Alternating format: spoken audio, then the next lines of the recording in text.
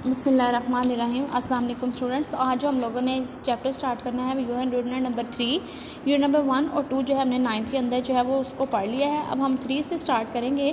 3 में जो हमने बेसिक चीज़ इसमें पढ़नी है वो है एक पीरियोडिक टेबल, दूसरा पीरियोडिसिटी ऑफ द प्रॉपर्टीज़। ठीक है, पीरियोडिक टेबल के बारे में और पीरियोडिक प्रॉपर्टीज़ के बारे में हमने जो है वो पढ़ना है इस चैप्टर के अंदर।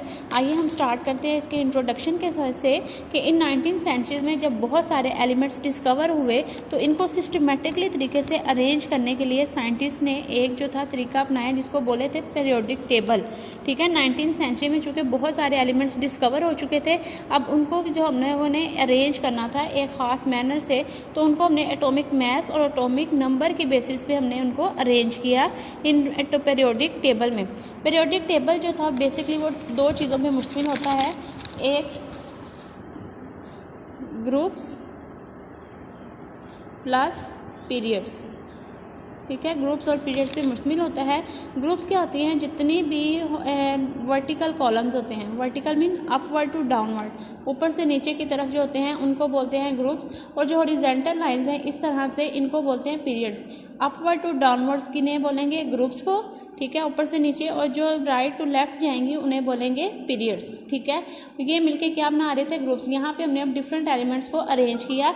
अब किस किस तरीके से अरेंज किया पीरियोडिक टेबल को, उसमें सबसे पहले हम जो लॉ पढ़ते हैं वो है डोब्रीनियर ट्राइएड्स। डोब्रीनियर जो था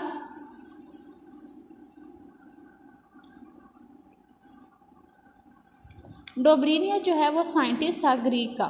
ठीक है, ग्रीक केमिस्ट था, ये लगा लें। इसने जो था कहा कि जब हम एलिमेंट्स को according to their atomic mass arrange करते हैं, अकॉर्डिंग टू दियर एटॉमिक मास,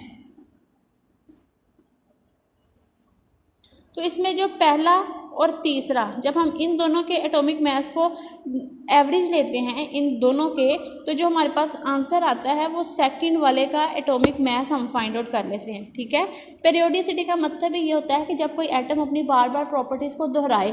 ठीक है, कोई भी एटम जो है वो हम आगे नेक्स्ट पीरियोडिसिटी को डिस्कवर करेंगे। इसने कहा कि जब बहुत सारे एलिमेंट्स डिस्कवर हुए हैं, जब हम उनको according to their atomic mass arrange करते हैं पीरियोडिक टेबल में, तो जो पहला और तीसरा एलिमेंट्स है उनके अगर हम एटॉमिक मास को प्लस करके उसको उसके एवरेज पे डिवाइड कर दे तो हमें आंसर जो है उसका सेकंड वाले का एटॉमिक मास मिल जाता है। जैसे मैं आपको यहाँ पे एक एग्जांपल बताती हूँ। हमारे पास 3 एलिमेंट्स हैं, calcium, strontium and barium. Calcium, strontium and barium. Calcium का एटॉमिक नंबर है 40, स्ट्रोंशियम का है 88 और बेरियम का है 137। ठीक है, ये हमने 3 एलिमेंट्स लिए। ट्राई एड जिसको क्यों बोल रहे हैं, ये देखिए हमने 3 एलिमेंट्स लिए, कैल्शियम, स्ट्रोंशियम, बेरियम, साथ में हमने इनके एटॉमिक मास राइट किए हुए हैं। अगर हम इसका और इसको प्लस करके 2 पे डिवाइड करते हैं, देखिए कैल्शियम प्लस बेरियम, तो एवरेज निकालने का मतलब क्या होता है कि जितनी हमारे पास चीज़ें हम उनको उतनी ही वैल्यूज़ पे डिवाइड कर देते हैं। जैसे 2 है तो हम इनको 2 पे डिवाइड कर देंगे। कैल्शियम 40, बेरियम 137 डिवाइडेड बाय 2, तो हमारे पास आंसर क्या आता है,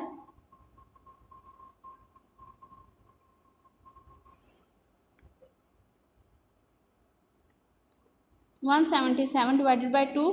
जब हम इसको डिवाइड करते हैं तो क्या आ जाता है 88 पॉइंट समथिंग। तो देखिए ये जो हमारे पास वैल्यू निकली है 88, ये किसके एटॉमिक मास है, स्ट्रोंशियम का। तो इस तरीके से हम स्ट्रोंशियम का फाइंड आउट कर सकते हैं। लेकिन ये जो था मेथड इतना ज़्यादा काबिल कबूल नहीं हुआ, इसमें बहुत सारी प्रॉब्लम थी। उसके बाद नेक्स्ट जो था वो था न्यूलैंड्स ऑक्टेव। ये हम इंशाल्लाह कल पढ़ेंगे। आज मैं इनकी आपको रीडिंग करके बता देती हूँ कि हमने आज क्या पढ़ा है दोबारा से। इन 19th सेंचुरी केमिस्ट डिवोटेड का मतलब होता है वक्फ करना, much of their efforts in attempt arrange elements in a systematic manners, के एलिमेंट्स को सिस्टमेटिक मैनर्स के साथ किस तरह से अरेंज किया गया, उन्होंने बहुत सारी इसमें एफर्ट की। These effort resulted is the discovery of the periodic law. यही एफर्ट थी जिन्होंने क्या डिस्कवर कर दिया, periodic law. On the basis of this law, the elements known at that time were arranged in the form of table which is known as periodic table. One of the significant of the table was it is predicted the properties of those elements which were discovered at that time. The vertical columns of that table were called groups and horizontal lines were called periods, ठीक है। जो horizontal lines होती हैं right to left की तरफ, इनको बोलते हैं हॉरिजेंटल लाइन, इनको पीरियड्स का नाम दिया गया। The orderly arrangement of these element generally coincide with their increasing atomic number. The periodic table containing huge amount of information for the scientists, और इसके अंदर बहुत ज़्यादा साइंटिस्ट के लिए इंफॉर्मेशन थी। उसके बाद है डोब्रिनियर ट्राइएड्स। जर्मन केमिस्ट डोब्रिनियर ऑब्जर्व रिलेशनशिप, इसने रिलेशनशिप बताया between atomic message. Several groups of 3 elements called triads. In this group the central और middle of the element, ठीक है, सेंटर और मिडल वाला, जैसे मैंने अभी आपको एग्जांपल बताई, of the elements had atomic masses average of the other 2 elements. One triad groups example of that of the calcium, strontium and barium, ठीक है। यहाँ पे उनको आपको एटॉमिक मैस भी बताए हुए हैं।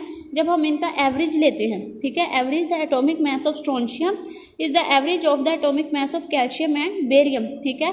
तो जो स्ट्रोंशियम है दरमियान वाला सेकंड, वो पहले और दूसरे के एटॉमिक मैस प्लस करने से हमें मिल गया।